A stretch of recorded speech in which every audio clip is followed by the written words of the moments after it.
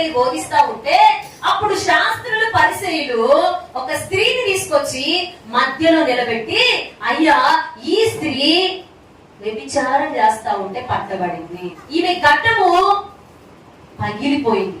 దేని ద్వారా అంటే వ్యభిచారం ద్వారా కొండ ఏమైపోయిందంటే పగిలిపోయింది. ఈమె రాళ్ళతో కొట్టి చంపి పడేయండి, ఈమె జీవితం అంతా అయిపోయింది అంటుంటే అప్పుడు దేవుడు అన్నాడు, మీలో ఎవరైనా పాపం చేయకపోతే మొట్టమొదట ఆమె మీద రాయేసి ఆమె చంపి, ఆమెను చంపడానికి, ఆమెను కొట్టడానికి, ఆమెను చీ అనడానికి గాని ముందుకు రాలేదు. కారణం ఏంటి?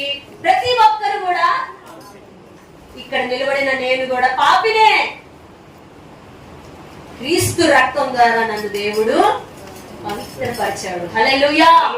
పవిత్రపరచబడిన నేను పాపం చేస్తున్న వాళ్ళను రాళ్ళతో కొట్టి చంపాలంటే ఆయన అంటాడు, పడిపోయినటువంటి ముక్కలైపోయిన ఆమె జీవితాన్ని, ముక్కలైపోయిన జీవితాన్ని మరలా నా చేతిలోకి ఆమె వస్తే మంచి జీవితంగా నేను మార్చబోతున్నాను.